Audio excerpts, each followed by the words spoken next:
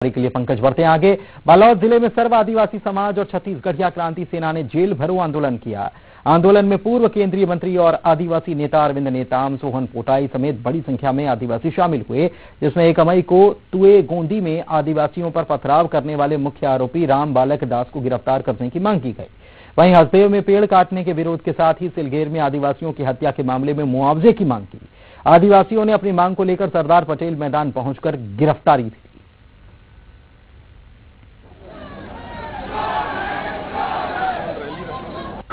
जो प्रमुख षड्यंत्रकारी जो बालक दास है वो अभी भी घूम रहा है, उसके ऊपर कोई कार्रवाई नहीं हो रहा है। तो इसलिए समाज ने मांग किया है कि भाई उनके ऊपर कार्रवाई हो, उसको तुरंत गिरफ्तार करें, क्योंकि प्रमुख षड्यंत्रकारी वही है। जब 25 तारीख के घटना में अमित बघेल यहाँ थे और गुंडारदही में उसको षड्यंत्रकारी करके उसको गिरफ्तार किया गया, तो उससे बड़ा षड्यंत्रकारी तो बालक दास है। क्योंकि एक